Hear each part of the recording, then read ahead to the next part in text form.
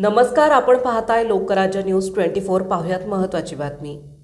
मावळ तालुक्यात सध्या अवैध धंद्यांनी अक्षरशः डोकेवर काढले असून गावोगावी हातभट्टी दारू, देशी दारू, ताडी तसेच गुटख्याचं खुलेआम व्यापार सुरू आहे।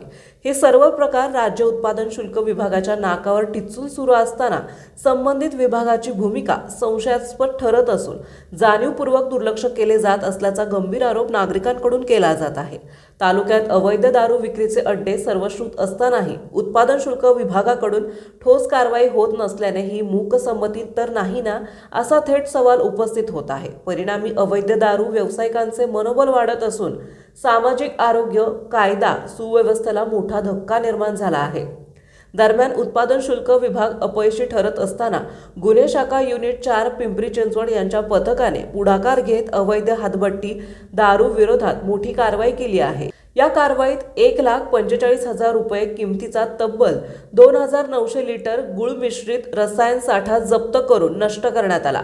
शुक्रवारी 10 जानेवारी 2026 रोजी गुन्हे शाखा युनिट 4 अंतर्गत पोलीस हवालदार सोडगीर, पोलीस हवालदार गोडकर, पोलीस शिपाई मुंडे हे अधिकारी पेट्रोलिंग करत असताना गुप्त बातमीदारामार्फत शिरगाव पोलीस स्टेशन हद्दीतील दारू बंदरे परिसरात ओढ्याच्या कडेला हातभट्टी दारू तयार करण्यासाठी रसायन भिजत घातले असल्याची माहिती मिळाली। माहितीच्या आधारे तात्काळ छापा टाकण्यात आला असता हातभट्टी दारू निर्मितीसाठी वापरण्यात येणारे 2,900 लिटर गुळ मिश्रित रसायन आढळून आले।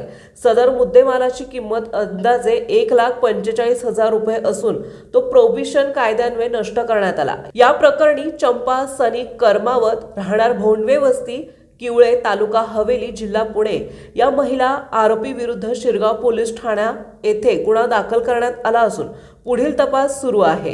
ही कारवाई जितेंद्र कदम, वरिष्ठ पोलीस निरीक्षक अतिरिक्त कार्यभार, गुन्हे शाखा युनिट 4 पिंपरी चिंचवड यांच्या मार्गदर्शनाखाली करण्यात आली। महाराष्ट्रातील महत्त्वाच्या आणि ताज्या बातम्या पाहण्यासाठी आजच आमच्या लोकराज्य न्यूज 24 न्यूज चॅनलला YouTube वर सबस्क्राईब करा आणि बेल आयकॉन प्रेस करा।